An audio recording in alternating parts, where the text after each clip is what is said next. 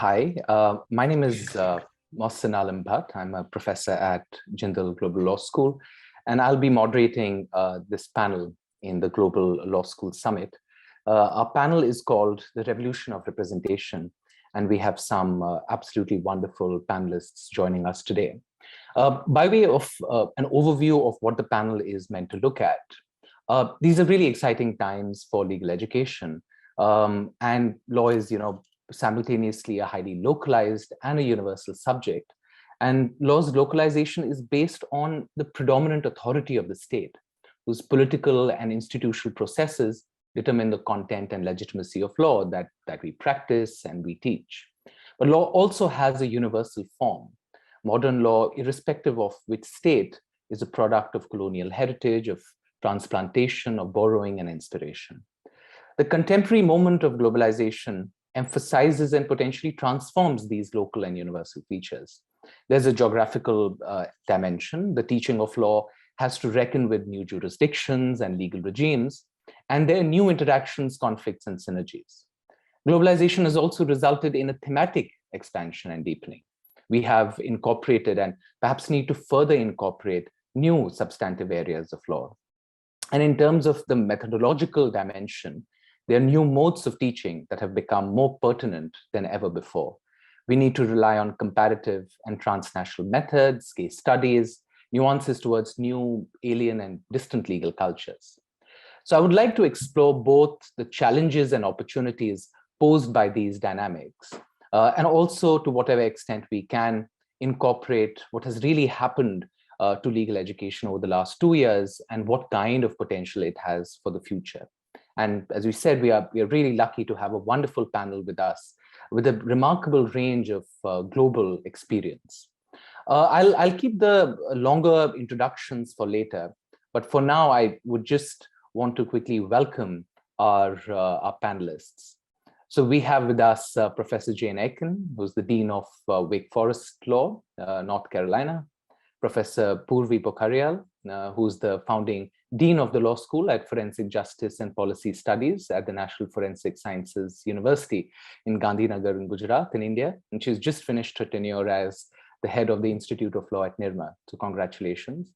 Professor Werner Scholtz, who's the head of the Southampton Law School in the UK, and Professor Lutz-Christian Wolff, who's the Dean of the Faculty of Law at the Chinese University of Hong Kong.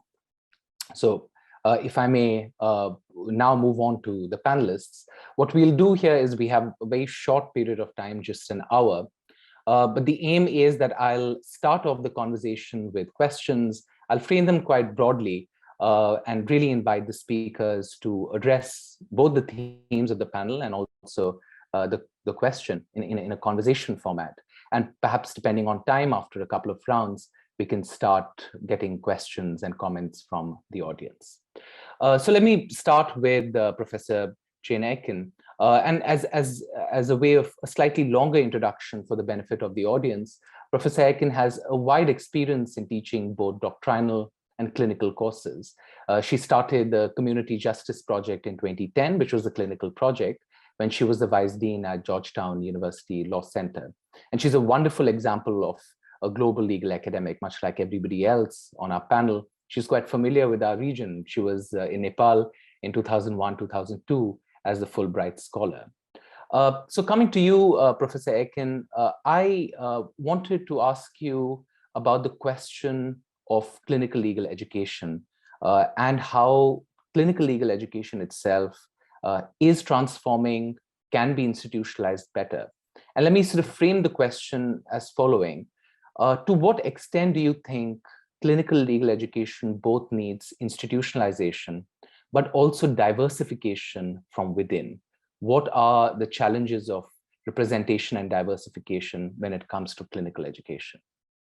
I think that's a very important topic when we're talking about the challenges to legal education. And as many of you know, the American Bar Association now requires 6 credits of experiential education to accredit law schools in the United States, which is the largest number of credits that are actually required. That has really opened the door to a lot of expansion of our notion of clinical education in the form of experiential education. And I think you know, we've always had challenges, for example, for global clinics. And the size of clinics when you're doing direct representation means that a lot of students don't get that opportunity.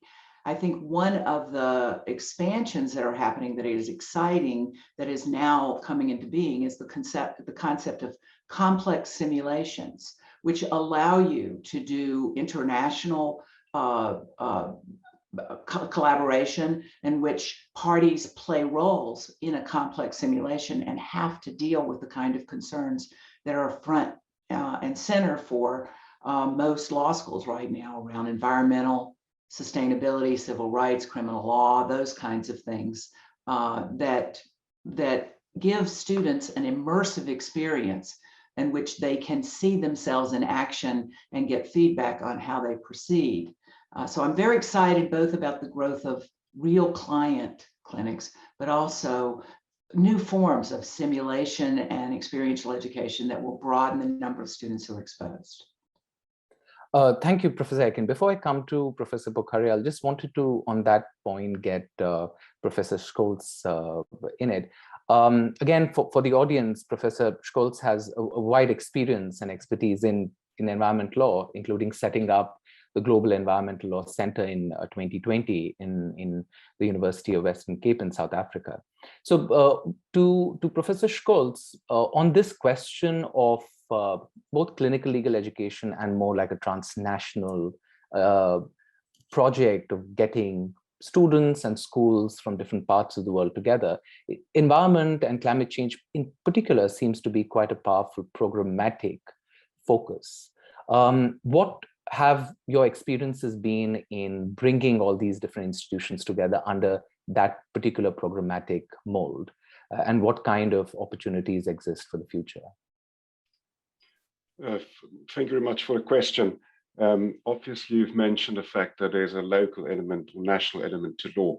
But obviously, in terms of the discussion that we have here today, the issue of global norms are extremely important. And I think it hasn't, so that the drive of contemporary normative questions, which are frequently global. And you've just mentioned environmental law as one of the, I think, most opportune subjects in order to facilitate a form of global law clinics. So I think that is a very important thing in order to ensure that in the context of the shared global questions, that there's a case made out for global clinical education, where there's a need for a global reach. That's the one, I think, very important thing in order to ensure that we expose our students to global norms. We have a guild-like profession, which, of course, where we have regulatory authorities that to an extent determine the curriculum.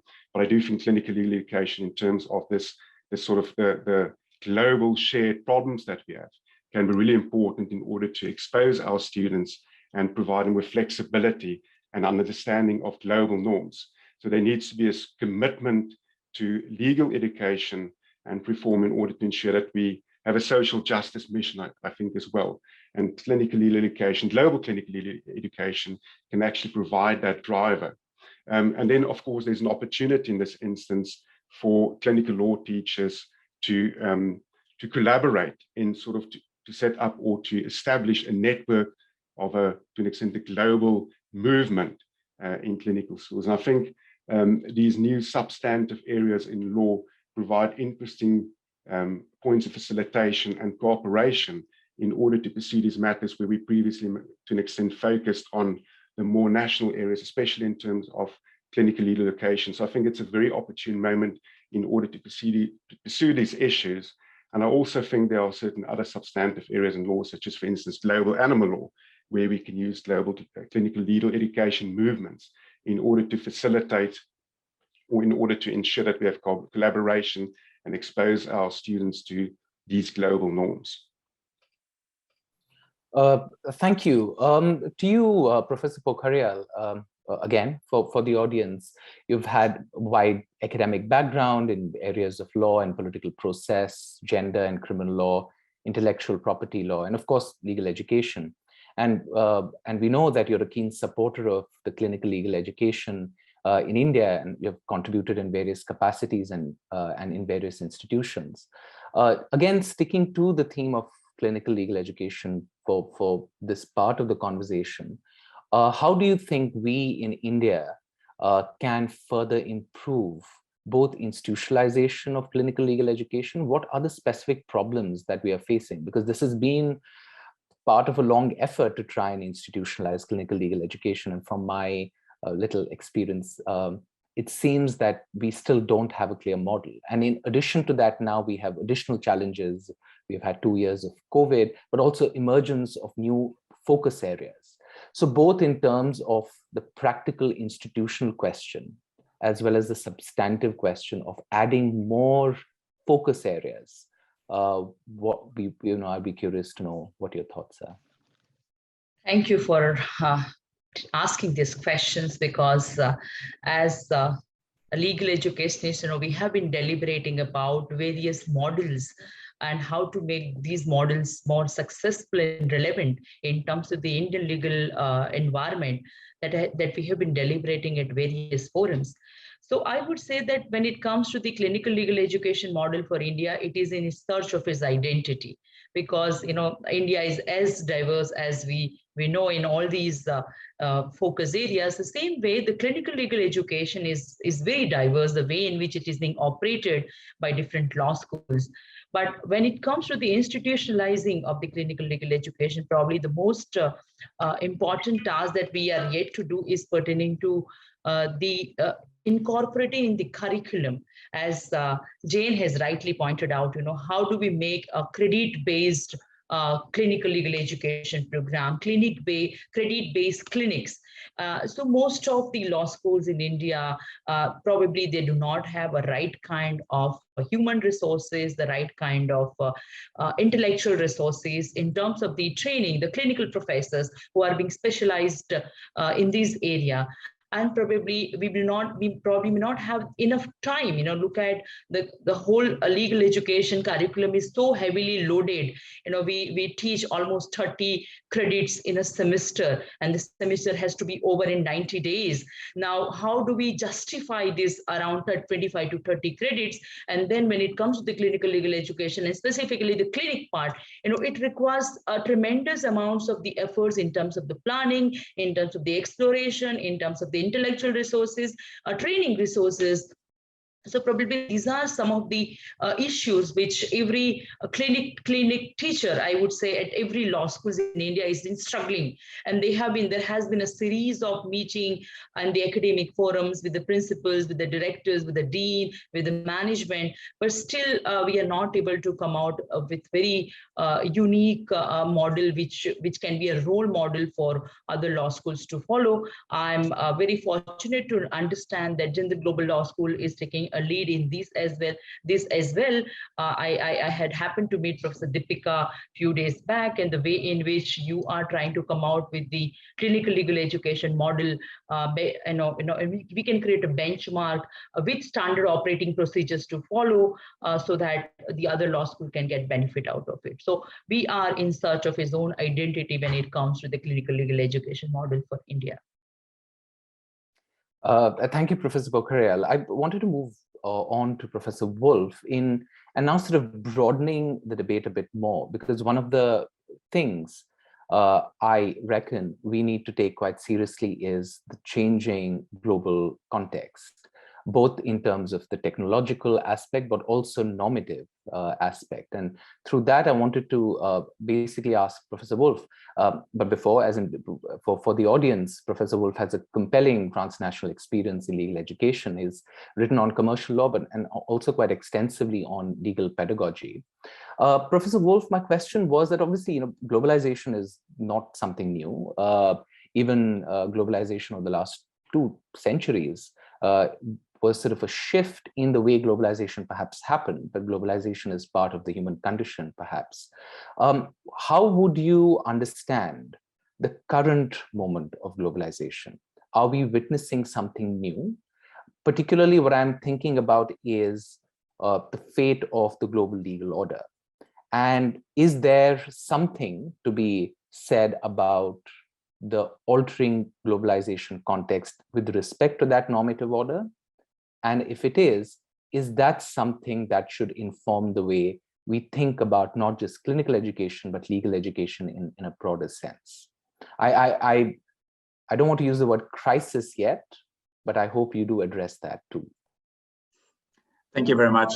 That's of course a very, very broad topic. I would try to make 3 points. First of all, the global legal order is of course changing because we see new players emerging, and these new players try to introduce new rules, and that of course will lead to changes, substantive changes, procedural changes, and these need to be addressed. I don't see that as a crisis because it's just a normal and natural development. The second point I would like to make is that's really a crisis, and that is issues like climate change, which need to be addressed, which have been mentioned earlier. These now take or should take top position in our the points that we need to address in legal education and elsewhere. So here is something mankind need to address, and legal education needs to follow. Let me add 2 points. I said 3 points earlier, but probably it's 4 points. The second point is, of course, COVID, which is changing legal education. We are all now trained in providing legal education online, and that will, in the long run, substantively affect the way how we think about legal education and the way how we deliver legal education. I think we were all surprised how well all this worked out in the end, but it will change the way how we approach legal education. The last point I want to make is something you mentioned, I think, in a half sentence, and that's technology, legal technologies. I think we need to be aware of the fact that legal practice is changing at a dramatic pace, that legal technologies are becoming part of legal work around the globe. And at the moment, this is hardly addressed in legal education to the extent that it should be addressed. So that, I think, will be a major, major shift, a paradigm shift in legal practice, but also legal education, of course, has to follow. We need to respond. We need to train our students to be able to cope with these challenges. There are predictions that in 30 years, half of the legal jobs will get killed by legal technologies, by the use of legal technologies. I don't believe that we won't have lawyers in the future, but we need different lawyers. And these lawyers need to address all these points that I've just made. They need to be able to address the changing global order. They need to deal with those urgent issues like climate change. They need to be able to deal with the technological challenges that we are facing. Thank you, Professor Wolff. I wanted to take one theme which you picked up, which is the question of technology, and also sort of a closer institutional synergy potentially that is emerging in different law schools in different parts of the world, because we share certain common global challenges. And take that to Professor Aiken. Professor Aiken, you had mentioned this notion of complex simulations, but even looking at it from outside the strict contours of clinical legal education, how do you think, in very practical institutional terms, can we generate these complex simulations or collaborations across continents? In your experience, what have been the challenges, very practical challenges, and what can institutions across the world do to come together in very practical ways, institutional ways, to overcome those challenges? Because I imagine you would think that much more needs to happen in creating these sort of common programmatic collaborations and pedagogical ones. Thank you. I think that's an incredibly important question, and there's a precursor to when being able to have these kind of collaborations, and that is that all law schools should help our students understand that law is global and increasingly global, And for the US, for example, after what Professor Wolff was pointing to, there is a reordering that is happening, and the US used to be on top of everything, and we are no longer. And that changes the need in the US to make more partnerships across the world, and to look to the world to tell us how things are changing in many ways and help us out of what has become in the United States a real skepticism about law. Okay, so the first question is, how do we make sure our students understand that? Once they understand that, the incentive to be involved in clinical and experiential education that has global context becomes completely obvious.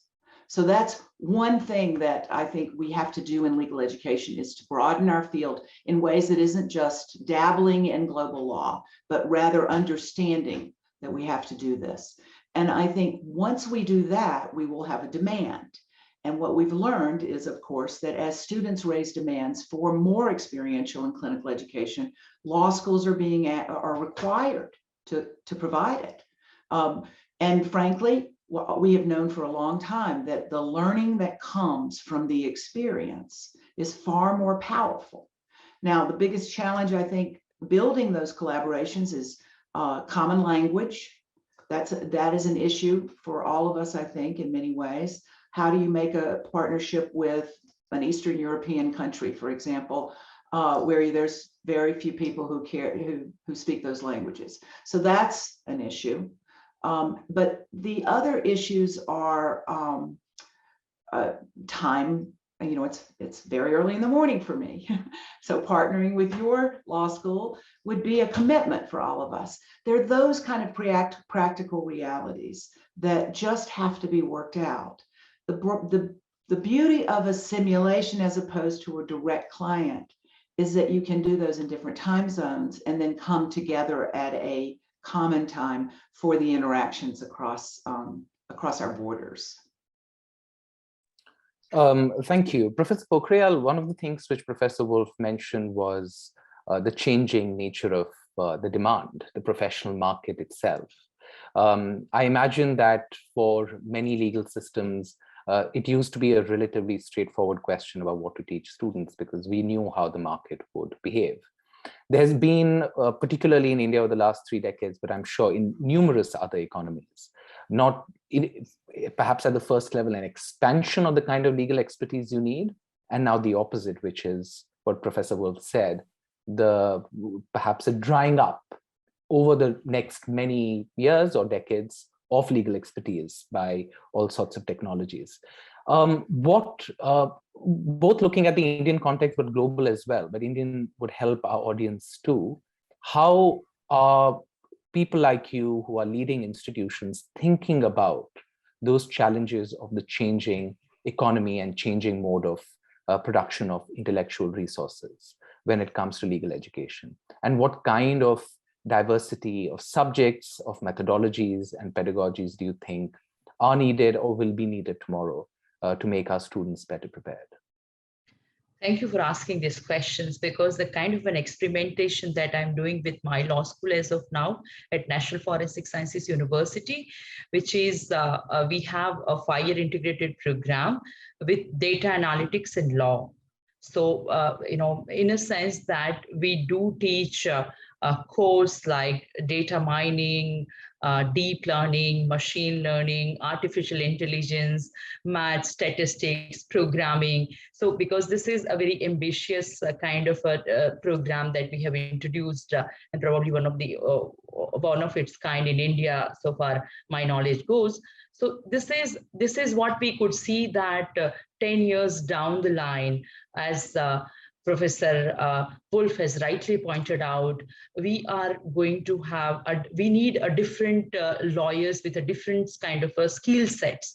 So because you know what we are observing today, datafication of every human activity, and you know data footprint is so huge. So how do we prepare the lawyers who are being able to integrate the data analytics skills in and bringing that knowledge in the legal professions? And how do they study the pattern that is evolving through different data that we are witnessing? And how do this data analytics is helping law, legal system, and policymakers in a longer way to go? So 10, 20 years down the line, we need lawyers with these kind of skills that what you have realized, and we have tried to experimented with this data analytics and law program, wherein the students are not exposed to any kind of a political theory and sociology in detail to begin with in the pre-law, what we call in the Indian law schools, but they are being exposed to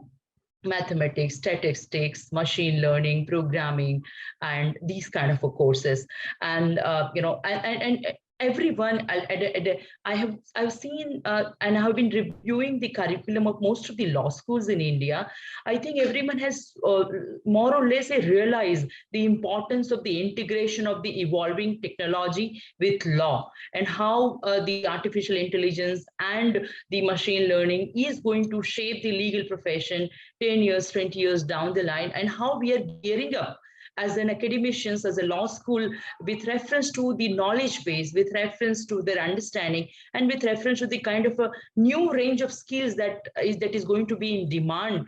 So almost everyone has realized more or less, and they have been trying to map up their curriculum with reference to these evolving skills, the evolving demand market with reference to the legal professions. And this is precisely what we have been observing in the global globally across many law schools. And I have seen that everyone has now started thinking about, as Professor Aiken has also said, we are rethinking and reordering the pedagogy, our curriculum, our courses, and our approach towards the legal education.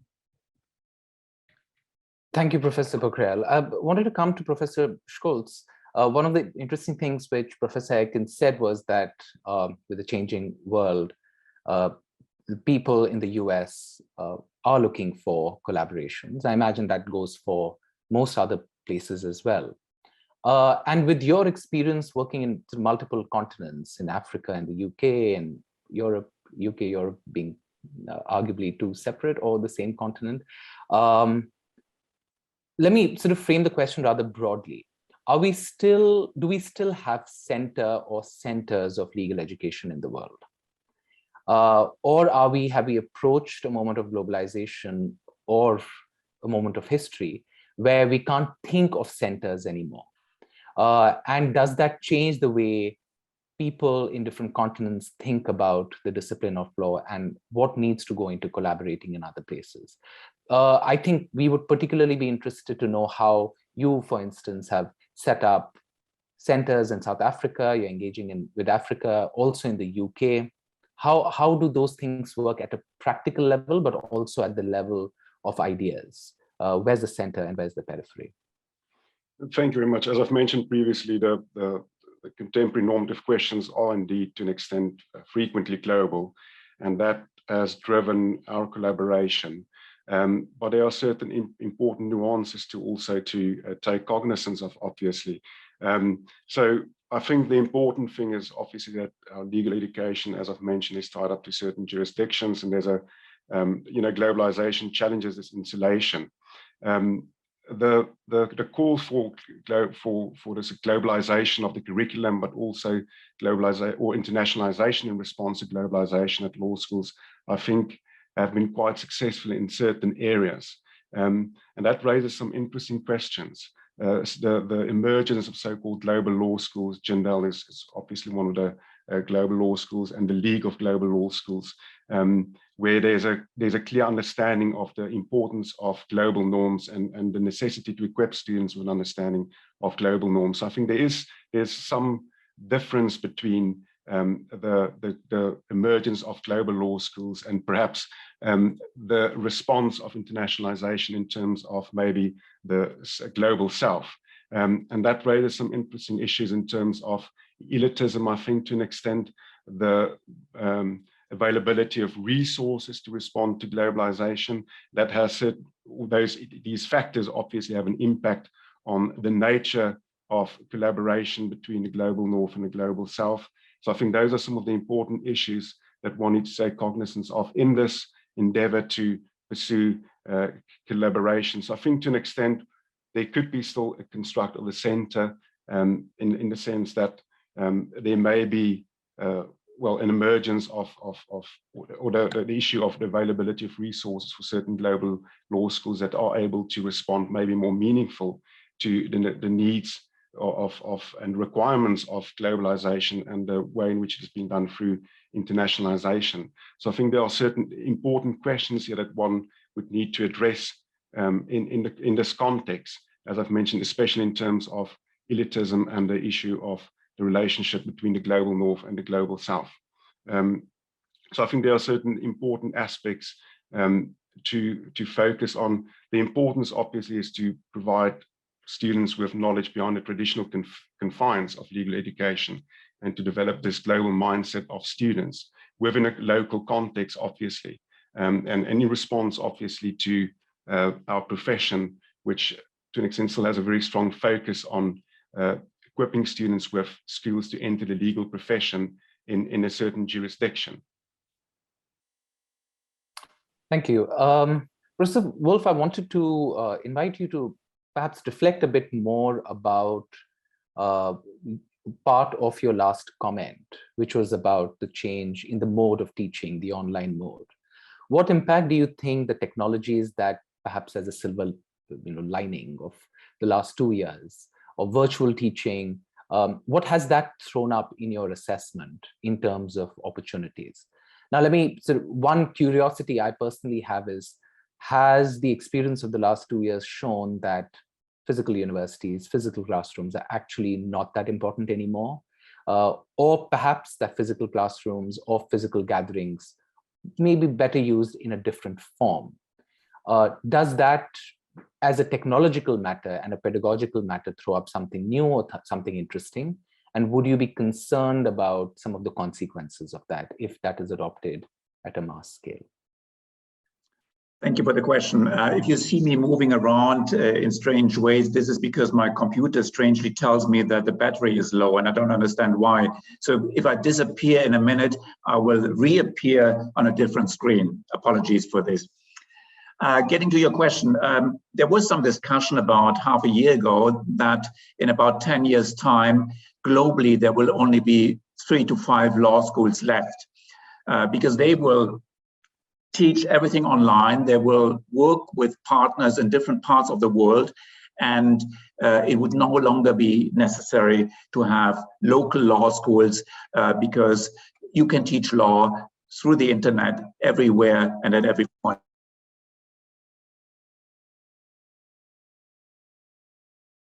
I think Professor Wolff's prediction came true. In fact, I, in any case, intended to take the same question to Professor Aiken. So let me just do that, and then Professor Wolff can step in later.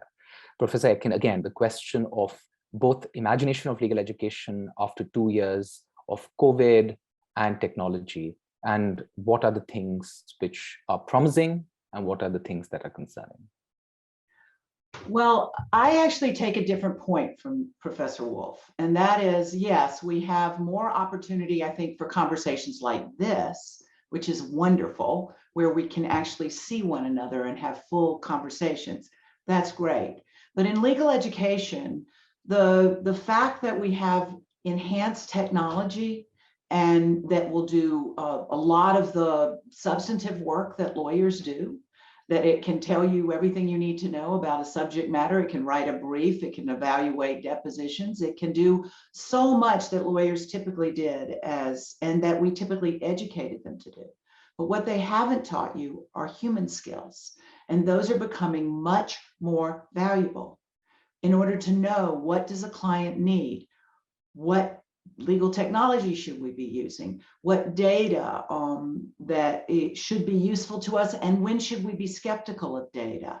What kind of judgments and leadership is needed in this situation? And those are definitely benefited by interpersonal communication, face-to-face, person-to-person, and not through this medium.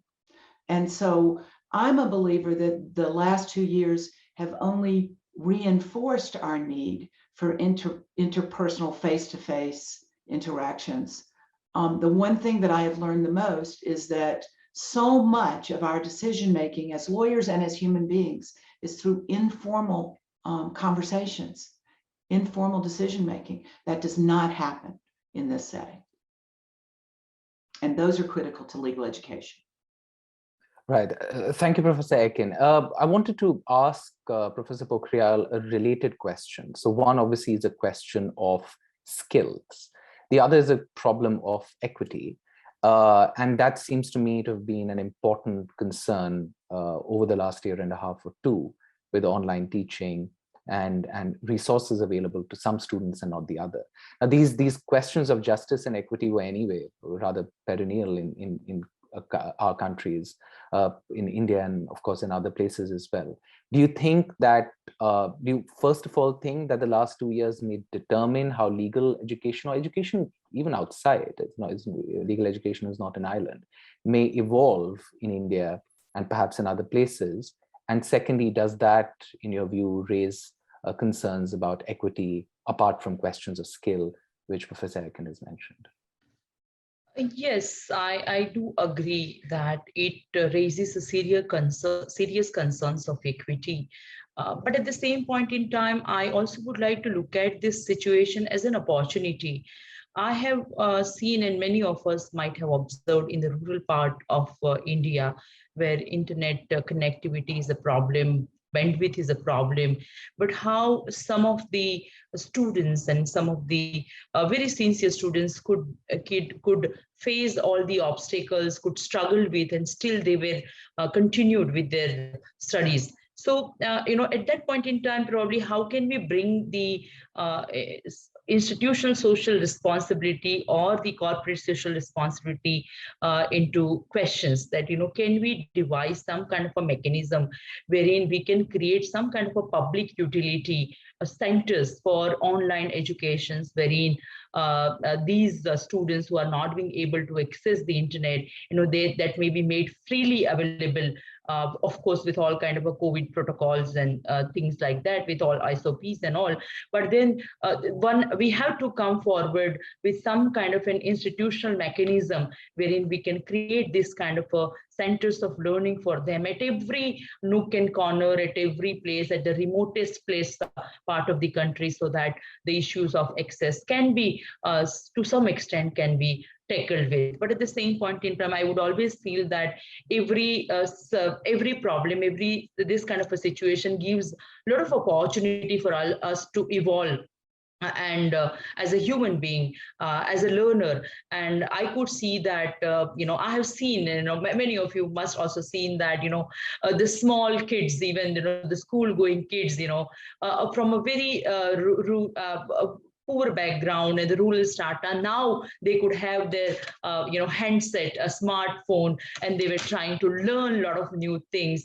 So, COVID has really, the pandemic had a lot of suffering, but also has also given a lot of positivity in terms of these kind of an evolving as a learner. That's what I believe. The other thing is that what I always feel, apart from the issue of equity, it gives a lot of autonomy to an adult learner to learn at its own pace and at its own time, because especially the country like India, wherein the higher education system is very much regulated. Sometimes we can say that is over-regulated, with everything, with reference to the strict attendance rules and with reference to a lot of, what to teach and how to teach, and only you have to attend these professors' class, and not much liberty and autonomy that lies with the learners when it comes to the Indian higher education. But thanks to COVID, I feel that, the COVID could give that autonomy and freedom to learners to learn at their own pace. So, there is always a better side of every story. That's what I could see. Thank you for pointing that out. I want to take the same question to Professor Scholtz as well. The question of technology and pedagogy and promises and perils, so to say. If you may like to add something to this. Thank you. I think my colleagues have really raised some important issues which I'd like to concur with. I'd just like to mention that I do think that the uncertainty of the pandemic has provided us with, in addition, opportunities to be innovative and creative in terms of pedagogical methods. I think it has also provided us with a mindset of agility. And that is something that I find very advantageous.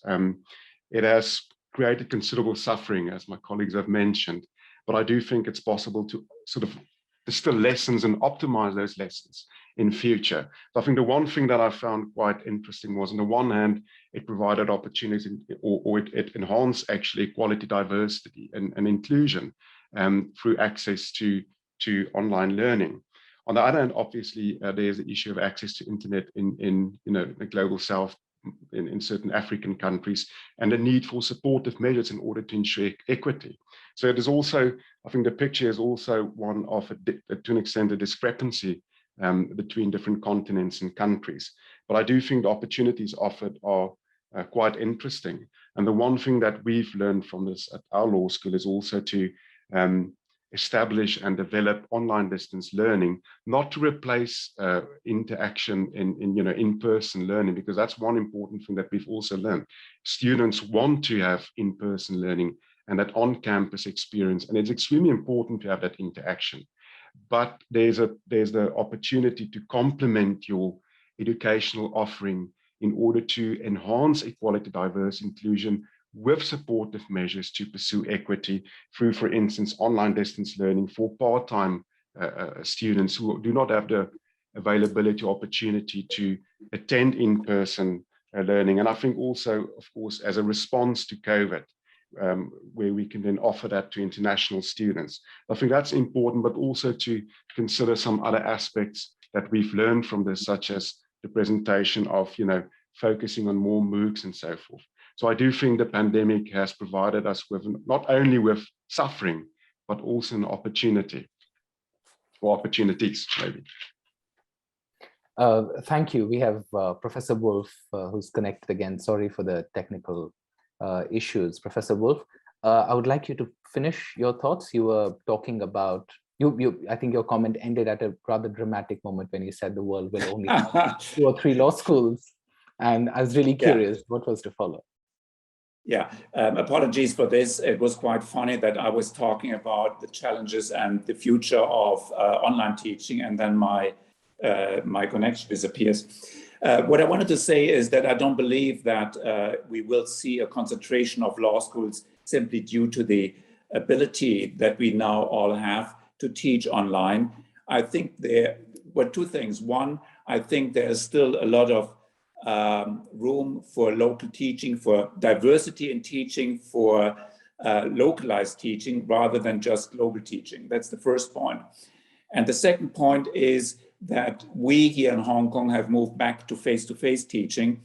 And despite all the advantages and the convenience that online teaching provides, everybody in my faculty agrees that face-to-face teaching from a pedagogical point of view is the much better option. Therefore, I believe we will be able to use those abilities, online abilities that we have acquired, but the predominant way of teaching law and teaching other subjects will still be face-to-face if this is possible again once the pandemic is behind us. Thank you, Professor Wolff. I have a few questions from the audience, and there were 2 I wanted to pose for the panel. The first question is about the burdens on law students. I'll just read out the question. What are the panel's views on the ever-increasing subject choices and consequent burdens on today's law students, specifically in terms of balancing core law subjects with the ever-increasing numbers of new age legal subjects? How should students balance the need for specialized study while avoiding early or ill-timed over-specialization? So I think there are 2 different questions here. One is a question of overburdening. The other is a question of sort of the way in which specialization is integrated in legal education. So perhaps let me come to Professor Aiken, if she could take up either both or one question, and then I would also request other panelists to answer. I do think students are feeling a bit overwhelmed. And part of it is the very questions you've been asking. Where is legal education heading? Where is the legal market heading? What kind of role will lawyers play in the future? And it has put, I believe it has rightly put more pressure on legal education to determine what is the most important thing for our students to know. And especially provide them with a frame of what are we really looking at, and not divided into all these specializations, but rather, what are we preparing you for? What is going to be, how do you leave law school more prepared for what's going to happen in 10 years than you are now? And unless we provide them guidance in that way, unless we really engage those questions, I think we've disserved these students, because it is overwhelming. Professor Pokhariyal, would you like to take these questions? Well, I do agree that this pandemic really is taking a toll when it comes to the experiential education, but at the same point in time, and specifically with reference to the Indian legal education system, I would say we hardly get a time to reflect upon what we are doing and how much we are teaching and what kind of a burden that we are giving to the students. So probably again, I would like to say that, you know, this pandemic has given a right amount of time to reflect upon our efforts, what we have been doing, and you know how much we are teaching and what is so relevant about whatever we are offering. So this kind of a reflective exercises on the part of the academicians, because they cannot teach everything online, would definitely give them a new kind of a directions to decide upon what is so important, what is vital in terms of the knowledge, in terms of the content, in terms of the skill part, in terms of some kind of an affective domain of their development. So, you know, how do we strike a balance between this, and how do we take this opportunity to turn them and learn them for the self-directed learning process? Because learning to learn is one of the very important skills that probably we not exposed to our students, and this pandemic gives us a lot of time to reflect upon engaging the students about learning to learn few things at their own and reflect upon about their learning. Thank you. Professor Scholtz, I wanted to come to you with the question of specialization or over-specialization. Perhaps reframing the question a tiny bit. Now we are looking at, and I think one theme that is coming out in our conversation is proliferation of the range of issues and subjects that have to be taught. There's also a certain sense of dislocation, perhaps Professor Aiken didn't use that word, but a sense of alienation or a sense of uncertainty as well. So there is obviously a need for adding or proliferating the range of issues, a range of subjects, but that cannot be done. And there's obviously always a problem of hyper or super specialization. I suspect the way to respond to it could be to change the way we teach our existing courses, how our contracts law and our tort law, or how any our standard traditional core courses are taught. Where do you agree? And if no, then why? And if so, how can that happen? Because that also requires the teachers to have completely different kinds of skills, that when they're teaching tort law, they should not only have a geographic sort of breadth, but they should also have a sense of, you know, what does the indigenous legal systems think about this particular issue? What do sort of a whole range of different kinds of legal institutional contexts allow us to think about these issues? Thank you. I think this is a very difficult question, and something that we've struggled with. It's a very laden question. Remember, I would also like to respond to some of the previous comments in relation to the questions you just asked, because we've recently struggled with it at the law school that I'm currently working at, due to the fact that there was a new, where it's a post so-called SQE landscape, the new regulatory authority in terms of becoming a solicitor or barrister.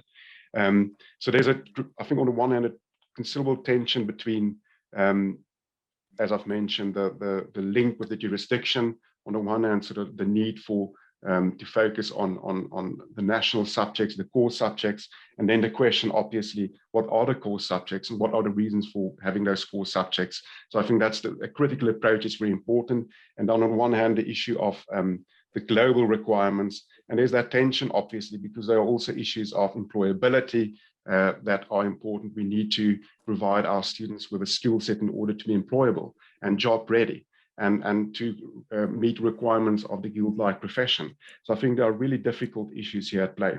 I think you've just mentioned the fact that there's a need for lecturers to also have a balance in terms of all those aspects, to be able to teach those core subjects, which are predominantly national, but also to have that sort of global perspective.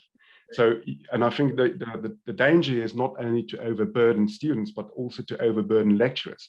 And I think there also needs to be some realism in this instance. We are currently in the process of revalidating our LLB, and these are the questions that we've asked. And it's extremely difficult to find a balance, I think.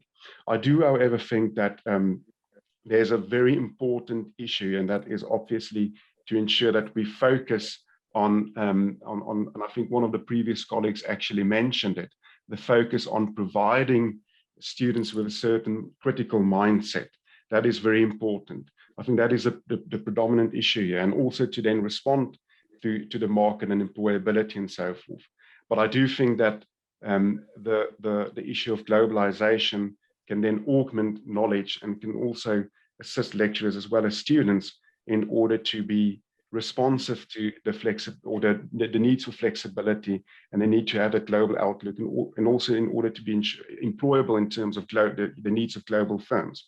So it's a very difficult thing where I think we need to balance all these requirements that we currently face with the need for specialization.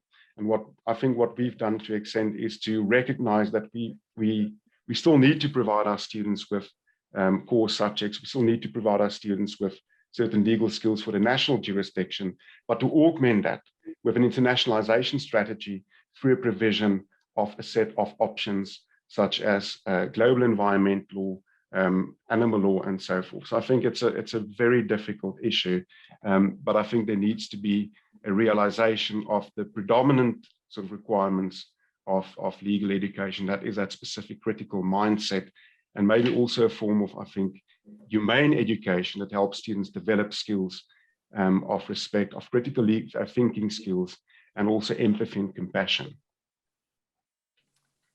Thank you, Professor Scholtz. I want to take the same question to Professor Wolff. Perhaps also, I'm particularly curious about the issue of the lecturers and the so-called suppliers of legal education.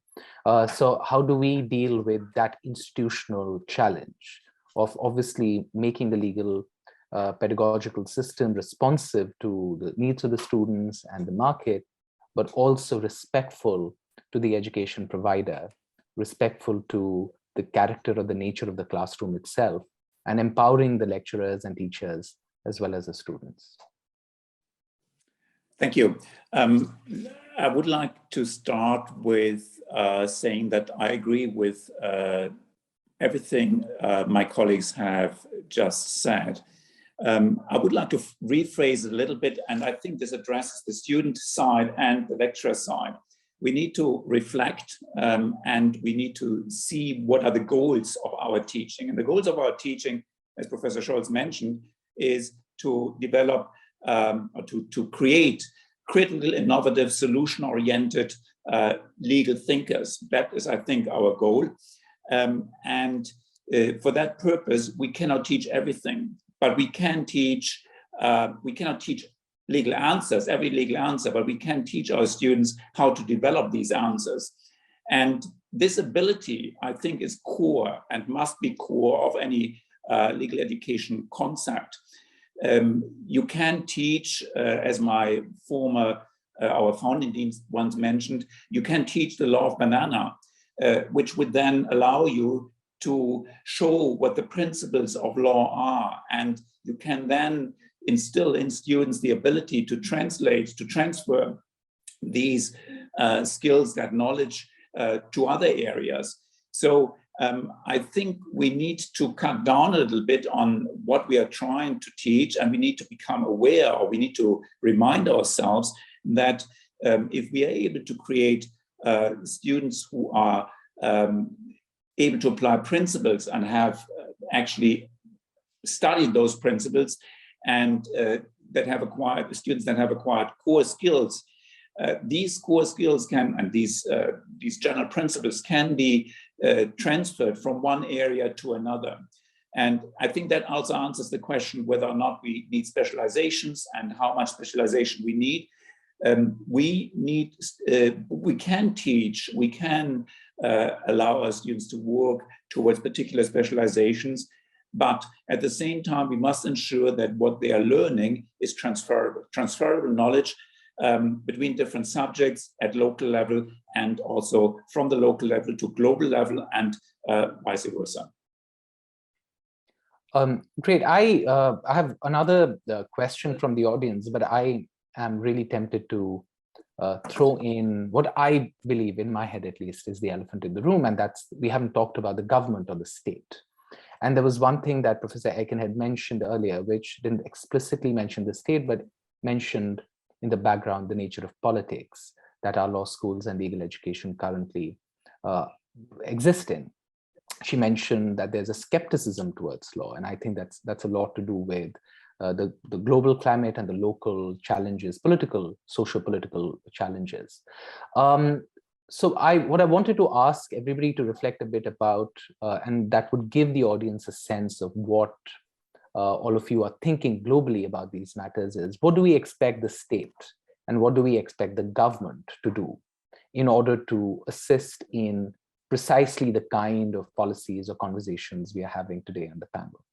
Does that require a different conceptualization of government support or state's role?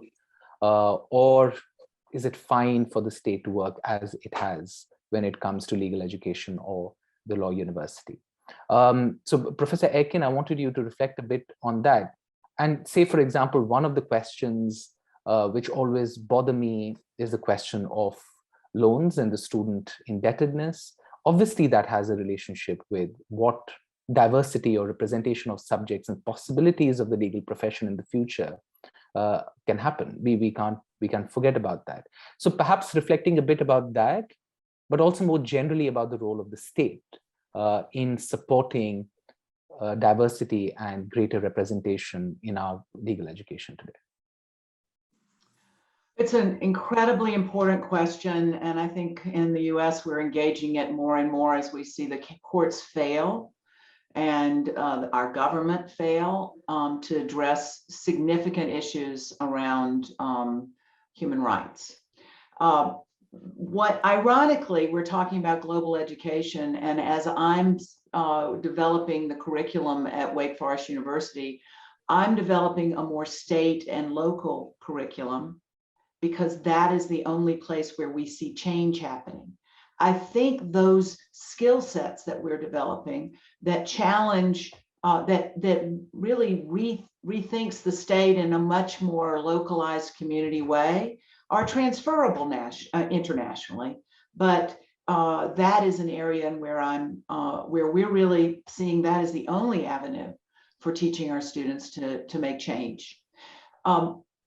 That's the first part of what you asked. The second part about financials is that that's something we've all been dealing with for a very long time, the degree to which we only educate elites. And as long as you're only educating elites, you're probably fueling a state that is causing harm, in the US at least, by just populating it with people who've been trained in law who are also elite. I do believe that we have done a better job that has not been known in creating loan forgiveness for people who work in the public interest by giving income-based repayment for loans, federal loans, and that can actually diversify the profession. But we haven't really spent a lot of time educating students about how they can come to law school and not find themselves overwhelmed with debt. Thank you, Professor Aiken. We just have a minute, and I just wanted to give the last few words to each of our speakers. Professor Pokhariyal, just a few sentences on precisely this theme about legal educational reform and curriculum reform. Any last comments you may have? Perhaps even the role of the state? Yes, I do agree that we need to sensitize. I would like to use the word sensitize the government and the policymakers to increase the diversity in the law schools, because India is again the kind of a diverse country, and we have a diverse legal needs. The legal needs of every strata of the society, the legal needs of the village may be very different than the needs of a person in an urban area. So, how do we cater to this unless and until we empower the community themselves by increasing their access to the legal education? So we need to have some sort of a research, and research should carry out some kind of recommendations for the direction in this regard. And we need to influence the policymakers to come forward with some kind of positive, affirmative policies in this regard. Thank you, Professor Pokhariyal. I've just realized we are completely out of time, so I'll have to apologize to the panelists for not extending the last comments to everybody. But thank you so much. This was a really wonderful, illuminating conversation. There were so many other questions and so many other thoughts, but hopefully we'll have those offline. So have a wonderful day, night, afternoon, depending on which time zone you are in. And thank you so much for joining. And thank you to all the audience members for logging in.